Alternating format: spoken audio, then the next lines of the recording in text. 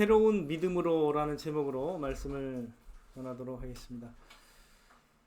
인간의 그 어리석음과 완고한 마음에 기인한 이 불신이라는 것은 항상 인간의 삶에 존재해 왔습니다. 우리는 이제 그것을 우리 자신과 타인의 삶 속에서 이제 늘 관찰하고 경험하게 됩니다. 예수님 당시에도 예수님이 이제 진리를 전하시면서 참으로 하나님의 그 놀라운 표적을 통해서 그 하나님의 그 일을 나타내셨음에도 믿지 않는 자들이 있었습니다. 그러나 이 불신앙의 문제라는 것은 그러나 그 믿지 않는 자들의 문제만은 아닙니다. 예수님을 안다라고 고백하고 또 예수님을 위해서 죽겠다라고 고백한 사람들에게서도 그 발견되는 문제입니다. 바로 오늘 이 도마가 그런 사람입니다. 예수님을 위해서 죽겠다라고 고백한 사람입니다. 이 도마뿐만 아니라 예수님과 함께하며 예수님을 따랐던 예수님의 그 제자들도 예수님이 십자가에서 붙잡혀가지고 죽으신 예수님이 이제 붙잡혀서 십자가에 죽으신 후에 이들의 믿음이 이제 흔들리기 시작했죠. 그들이 믿고 의지했던 분이 유대인 지도자들의 권세와 로마 총독의 허락하에 이제 힘없이 십자가에서 죽으셨다라고 생각했기 때문에 이들의 믿음은 흔들리기 시작했습니다. 사실 예수님이 십자가에 죽으시기 전에 그의 제자들에게 자신이 고난을 받아서 죽은 후에 제3일 만에 살아나실 것, 부활하실 것을 3번이나 말씀하셨습니다. 정확하게 제자들이 다 있을 때 3번이나 말씀을 하셨고, 그리고 나서 이 제자들도요, 예수님이 부활하신 것을 목격한 마리아가 있어요. 막달라 마리아. 그 사람의 증언을 들었어요. 증언을 들었고, 또 엠마오로 가는 제자로 우리가 알고 있죠. 2 제자의 증언을 또 들었어요. 그러니까 예수님을 실제로 예수님의 부활을 본 사람들의 그 증언을 듣고도 예수님의 제자들은 부활을 믿지 않았습니다. 이제 도마만이 아니에요.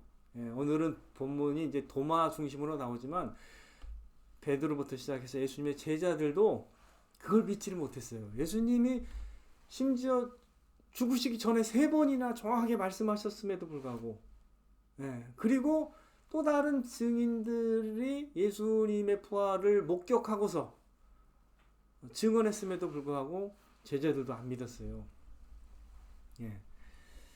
마가복음 16장 10절에서 13절 한번 보겠습니다. 마가복음 16장 10절에 13절.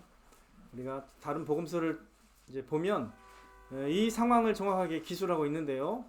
마가복음 16장 10절 한번 같이 우리가 보겠습니다.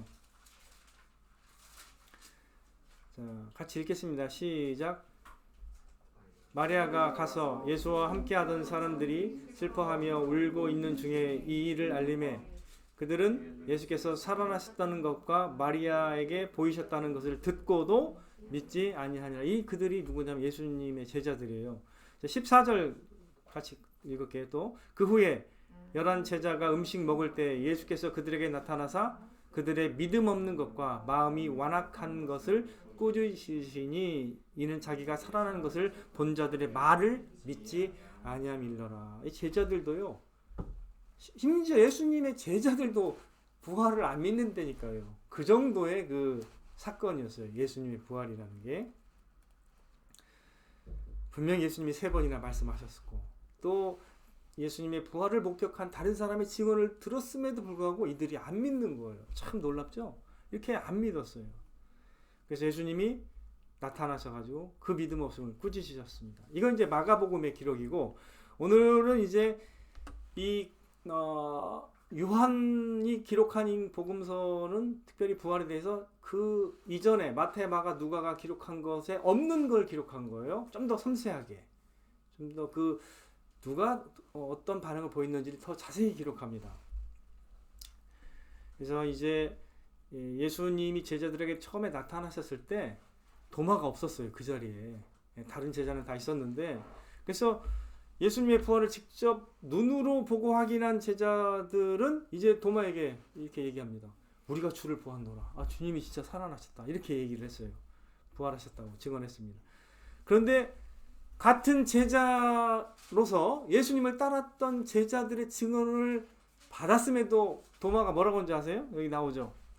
내가 그의 손에 못자국을 보며 내 손가락을 그 못자국에 넣으며 내 손을 그 옆구리에 넣어보지 않고는 믿지 아니하겠노라. 이렇게 확실하게 태도를 이렇게 불신적인 태도를 보였어요. 난 믿지 않겠네. 내가 직접 보고 손으로 막 만져보기까지는 내 믿지 못하겠다.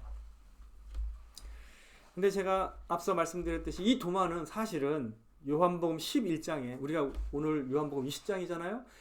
11장 16절에 이렇게 표현되십니다. 디두모라고 하는 도마가 다른 제자들에게 말하되 우리도 주와 함께 죽으러 가자 하니라.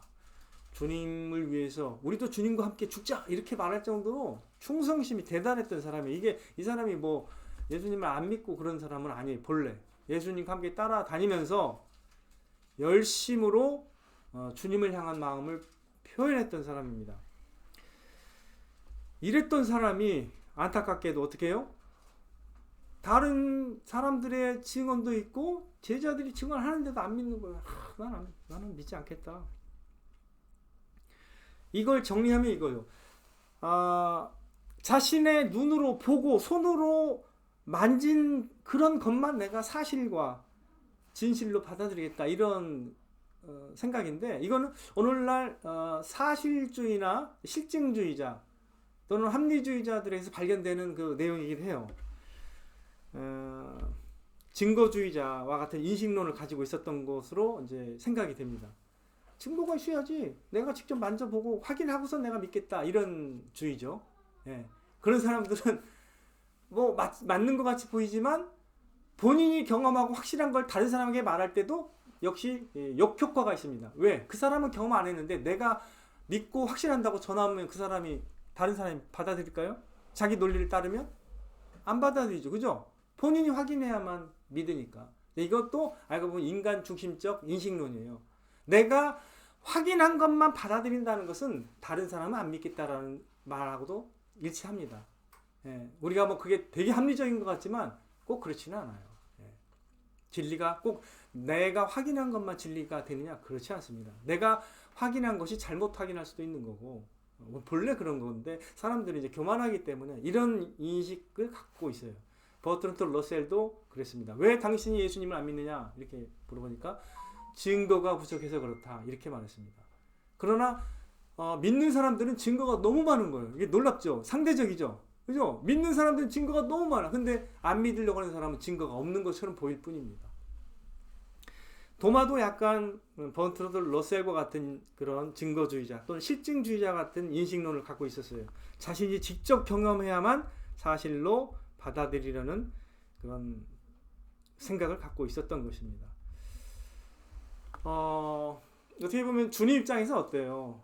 괘씸하잖아요.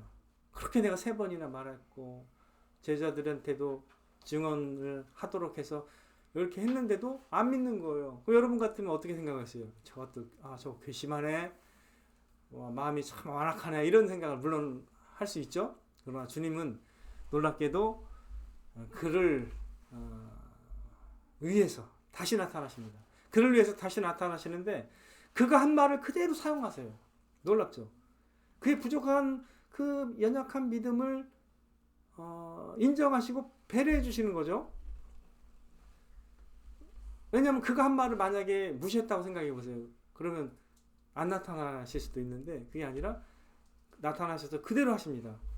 도마에게 뭐라고 말씀하냐면 네 손가락을 이리 내밀어 내 손을 보고 내 손을 내밀어 내 옆구리에 넣어보라. 그리하여 믿음 없는 자가 되지 말고 믿는 자가 되라. 이렇게 말씀하셨습니다.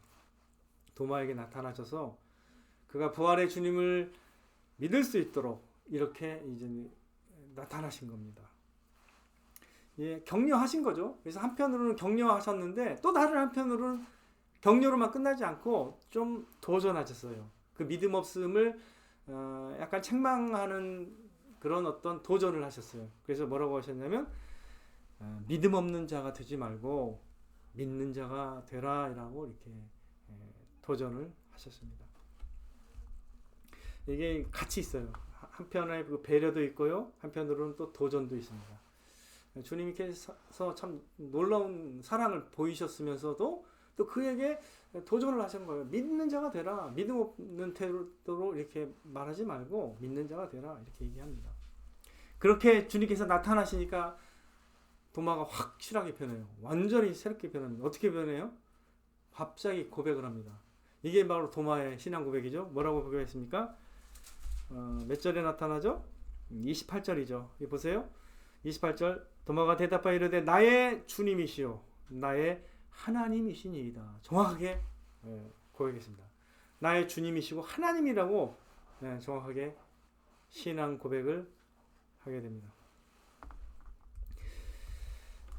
생각해 보십시오. 주님이 최소한 1년 반 이상 도마와 함께 하셨는데 도마는 예수님이 각종 병자들을 고치시고 귀신들을 내쫓으시고 죽은 자를 살리고 바람과 풍랑을 잠잠하게 하는 걸 다 눈으로 보고 경험한 사람입니다. 죽었다가 다시 살아난 나사로도 있죠. 예, 죽은 사람을 살리는 걸 도마도 경험했습니다. 그런 사람이에요. 근데 주님이 그렇게 3번이나 말씀하셨는데 주님이 부활한 것을 못 믿었던 거예요. 예. 주님께서 십자가에 달려신 후에 그의 믿음은 급격하게 흔들린 거예요. 부활하신 주님을 만나기 전에는. 그래서 이렇게 이제 회의론자가 될 정도로 난 못 믿겠다. 나 확인하고서 난 믿겠다. 이런 식으로 변한 겁니다. 그의 믿음이 진짜 많이 흔들렸던 거예요. 기본적으로 베드로도 믿음이 흔들렸고 베드로도 주님이 십자가에 달려 돌아가신 후에 그냥 약간 모든 것을 체념한 듯 고기 잡으러나 가자 이렇게 말했고 또 실제로 십자가 앞에서 도망가기도 했고 예수님을 부인하는 사람이잖아요. 그러니까 믿음이 많이 흔들렸었죠. 근데 예수님을 이제 부활을 목격한 다음에 다른 제자들과 함께 토마에게 이제 우리가 주님을 봤다라고 증언하는 그런 정도의 사람으로 바뀐 거예요. 근데 이제 마지막으로 이 도마가 그 과정을 밟게 된 겁니다.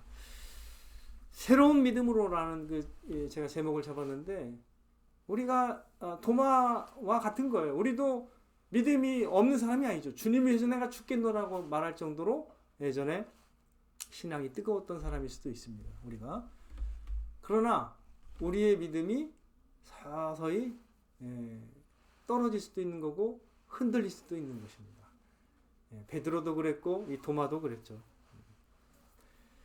심지어 우리가 잘 알고 있는 엘리야도 그랬습니다. 엘리야는 어떤 경험을 했죠? 엘리야는 혼자서요. 아세라 450, 바알 선지자 400, 도합 1대 850으로 갈멜산에서 대결했어요. 그래서 어떻게 했어요? 하나님의 살아계심을 그 앞에서 증명했습니다.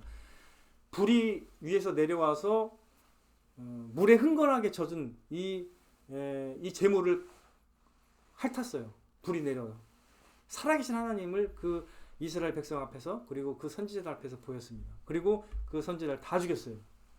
기손 시냇강에 내려가서 그 정도로 하나님의 살아계심을 드러낸 믿음의 사람이었는데 그 다음날 이세벨이 너 내가 죽일 거야 이렇게 말하니까 어떻게 됐어요?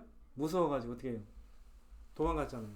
도망가서 상심해가지고 계속 이제 혼자 도피하면서 상심한 가운데서 이제 지내게 됩니다. 그 이세벨의 말이 무서워서 도망가는 거죠. 믿음의 사람도 이렇게 약간 위축되고 믿음이 사라지면서 나 그냥 죽고 싶습니다라고 고백을 하게 됐어요. 엘리야가 그렇게 했습니다. 베드로도 마찬가지고 여기 오늘 보는 도마도 마찬가지죠. 이렇게 믿음이 훌륭하고 막 주님이 죽을 것 같은 사람도 이렇게 믿음이 떨어질 때가 있습니다. 근데 이 믿음이 회복이 된 게 결정적인 게 뭐예요? 누구를 만난 겁니까? 부활하신 주님을 만나게 될 때 그들의 믿음이 온전해지고 새롭게 되는 것을 우리가 볼 수가 있습니다.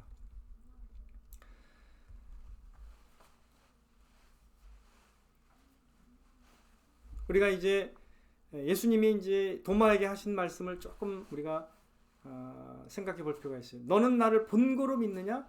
보지 못하고 믿는 자들은 복되도다 이렇게 말씀하십니다. 자, 우리가 믿음이라는 게 우리가 생각할 때 이런 거예요.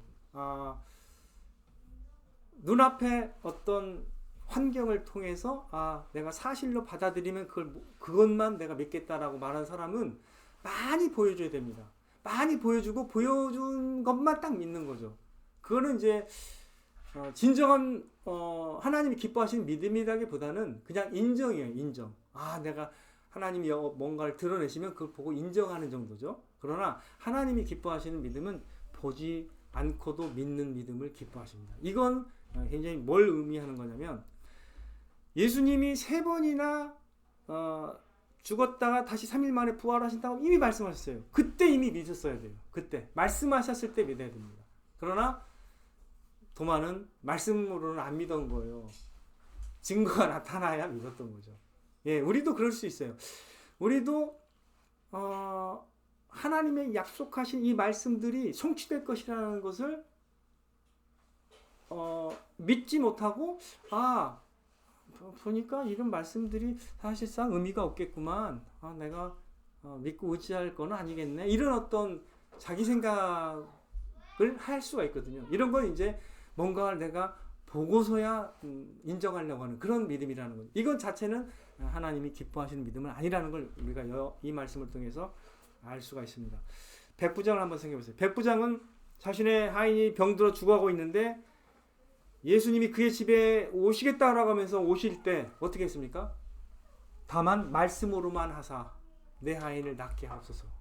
말씀만 하셔도 나을 거라는 걸 믿고 있었습니다. 그래서 주님이 뭐라고 말씀하셨죠? 내가 이스라엘 중에서 이만한 믿음을 만나보지 못하였노라. 이렇게 말씀하셔서 그 믿음을 칭찬했습니다. 가나안 여인도 마찬가지. 가나안 여인도 참 믿음이 크다고 칭찬했습니다. 왜? 안 된다고 했어요. 주님이 처음에. 어떻게 자녀의 떡을 취하여 개들에게 주느냐? 나는 이스라엘에게 보냄을 받았노라 하면서 2번을 거절했습니다. 그럼에도 불구하고 그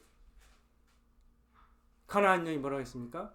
개들도 주인의 상에서 떨어지는 떨거지를 먹습니다라고 말씀하면서 주님의 긍휼과 주님의 그 능력 베푸심을 믿었어요. 그래서 가나안 여인의 딸이 바로 그 즉시로 나왔습니다. 그래서 주님이 그걸 기뻐하면서 내 믿음이 크도다라고 하면서 칭찬하셨습니다. 12년간 혈루증으로 앓았던 여인은 어때요? 옷에만 내가 손을 대도 나을 것이라는 믿음을 갖고 있었잖아요. 이게 어떻게 보고서 믿는 건가요, 이게? 이건 보고서 믿는 게 아닙니다. 그냥 주님을 믿고 주님이 그렇게 하실 거라는 걸 믿고 그냥 간 거예요. 담대하게. 우리도 마찬가지예요. 믿음이라는 것은 나타난 현상을 보고 믿는 게 아니에요. 예, 보지 못하고 그 말씀만으로 믿을 수 있어야 됩니다. 이걸 하나님이 기뻐하신다는 걸 우리도 도전받을 필요가 있습니다. 물론 주님은 우리가 연약하기 때문에 그걸 나타내 주시기도 합니다. 그래서 우리와 함께 하시고 우리가 간구하는 걸 들어주세요. 그러나 그러지 않을지라도 하나님을 신뢰하는 믿음을 하나님은 기뻐하십니다. 그래서 다니엘의 세 친구 사드락과 메삭과 야벳느고는 그런 믿음을 가졌어요. 불 가운데서 주님이 우리를 지켜주실 것이다 라는 생각을 했습니다. 그럴지 아니할지라도 우리는 그 믿음을 지키겠다고 얘기했죠. 그죠? 근데 어떻게 하셨어요? 하나님이. 그들이 불 가운데 빠졌을 때 어떻게 했습니까? 지켜주셨어요. 이런 역사가 어디 있습니까? 활활 타는 그 사람들을 집어넣는 사람이 불탈 정도로 그렇게 화력이 센 풀무불에 이 사람들이 다 떨어졌는데 어떻게 해요? 살았습니다. 이 놀라운 역사죠. 예. 하나님이 기뻐하시는 것은 이런 믿음입니다. 약속하신 것 그리고 그 말씀으로 온전하게 믿고 의지하는 믿음을 하나님은 기뻐하신다는 것입니다. 이 믿음이라는 게 우리 인식의 한계와 경험의 어떤 그 토대 위에 서려고 하면 안 돼요. 그거는 우리의 인식과 우리의 경험의 한계 안에 있는 믿음, 그거는 인간적인 생각에서 나오는 믿음이죠. 그런 믿음은 귀신도 다 갖고 있는 거고 이 세상도 그런 믿음 정도는 다 있습니다. 그러나 주님이 기뻐하시는 믿음 그런 게 아니라 주님의 말씀으로 그리고 주님의 어떠하심을 온전하게 믿는 믿음을 말하는 거죠. 그래서 부활이 이제 우리가 의미하는 것 두 가지, 제가 예전에도 많이 말씀을 드렸지만 오늘 두 가지를 한 번 더 정리하고 말씀을 또 더 이어가겠습니다. 첫 번째로 부활이 의미하는 것은 도마가 고백했던 것처럼 예수님이 참으로 하나님의 아들이심을 확증하는 것에 그 의미가 있습니다. 죄와 사망 곧 죽음을 이기고 부활한다는 것은 하나님의 능력인 것입니다. 그래서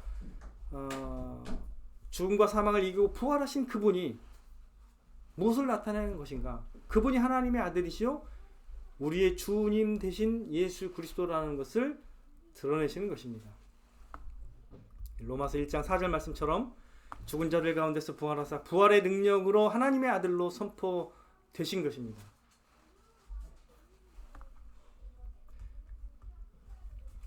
자, 그 다음에 이제 부활의 의미 두 번째는 뭐냐면요. 복음의 능력과 소망입니다. 부활이라는 것은 복음의 능력과 소망인 거예요. 부활의 주님은 우리의 궁극적이며 확실한 소망의 확증이기도 합니다. 부활하신 주님 때문에 우리의 소망이 확실할 것이라는 걸 믿는 거예요. 왜?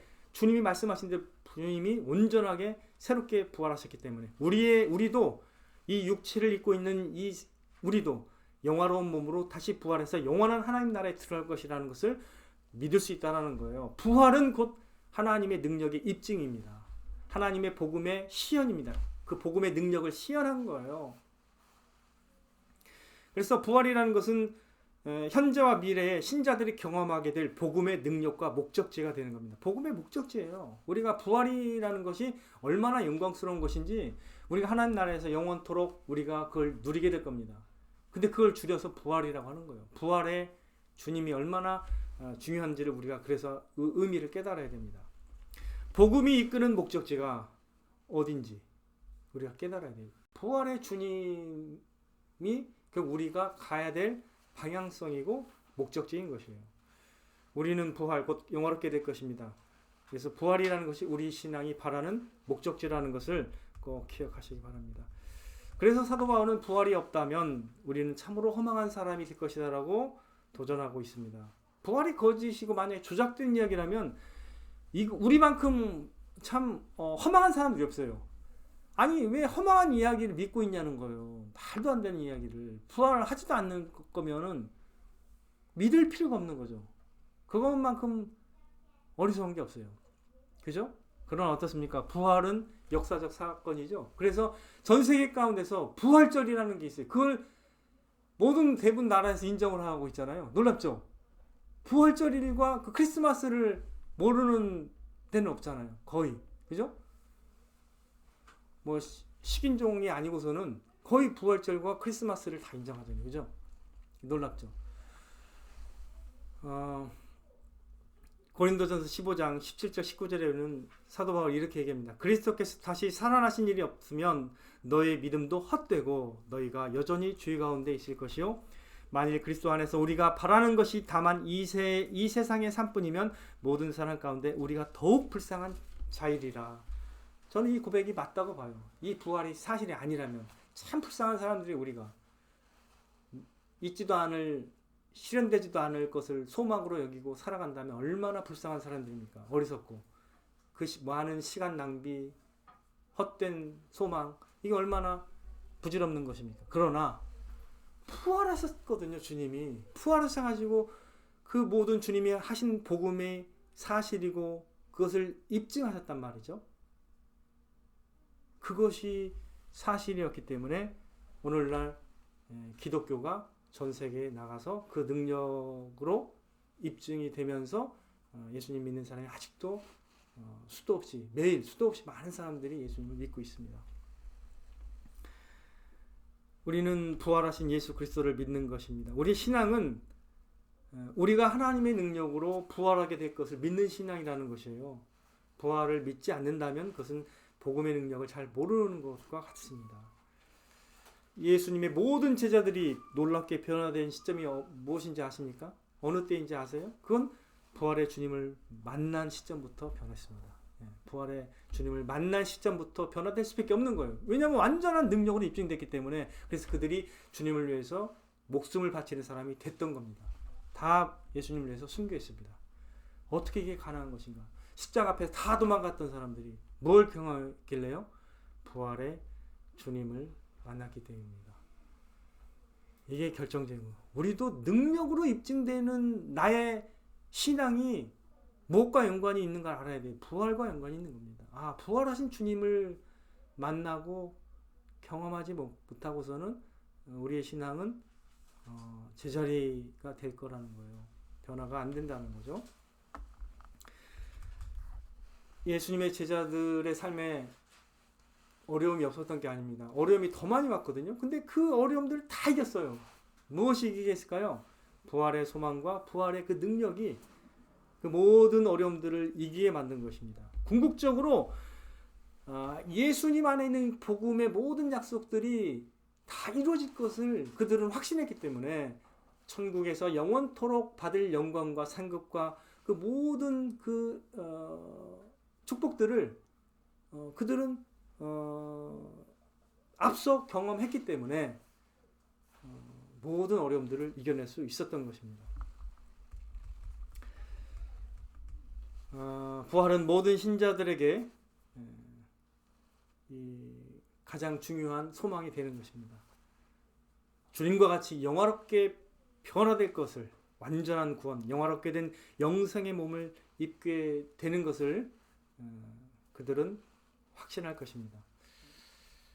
도마에게 이제 결국 예수님을 만난 후에 생긴 두 가지 변화는 첫 번째 말씀드렸듯이 주님에 대한 분명한 신앙 고백이 생겼습니다. 그리고 두 번째, 제가 지금 말씀드리고 있는 주님이 약속하신 모든 것에 대한 확실한 소망을 품게 되었을 것입니다. 달라졌죠? 믿음이 완전히 달라졌을 것입니다. 저와 여러분들도 마찬가지죠. 우리의 신앙이 다시 견고해지고 능력 있는 신앙으로 변화되는 그 포인트는 뭐냐면 부활의 신앙을 갖게 될 때입니다. 부활의 주님을 온전하게 신뢰하고 믿을 때 우리의 삶 가운데서 능력을 발휘하는 신앙의 소유자가 되는 것이죠. 이 세상에서 우리가 어떠한 공경과 고난을 직면한다 할지라도 부활의 소망과 그 능력은요, 모든 것을 견디며 이기게 할 것입니다. 베드로와 같이, 사도 바울과 같이, 예수님의 모든 제자들과 같이. 그래서 우리는 그들과 같이 이 부활하신 주님을 기뻐하고 노래하며 자랑하고 또 전하는 삶을 살아가야 될 것입니다. 부활의 주님은요, 모든 찾는 이들에게 참된 생명과 소망을 주시는 분이십니다. 그러므로 우리가 부활의 주님을 더 기뻐하고 즐거워하며 자랑하고 전하기 위한 그런 노력을 기울여야 될 것입니다. 부활의 주님을 더욱 기뻐하고 또 자랑하고 전하는 은혜를 더욱 누려가시는 저와 여러분 되시기를 주님의 이름으로 축원드립니다. 아멘.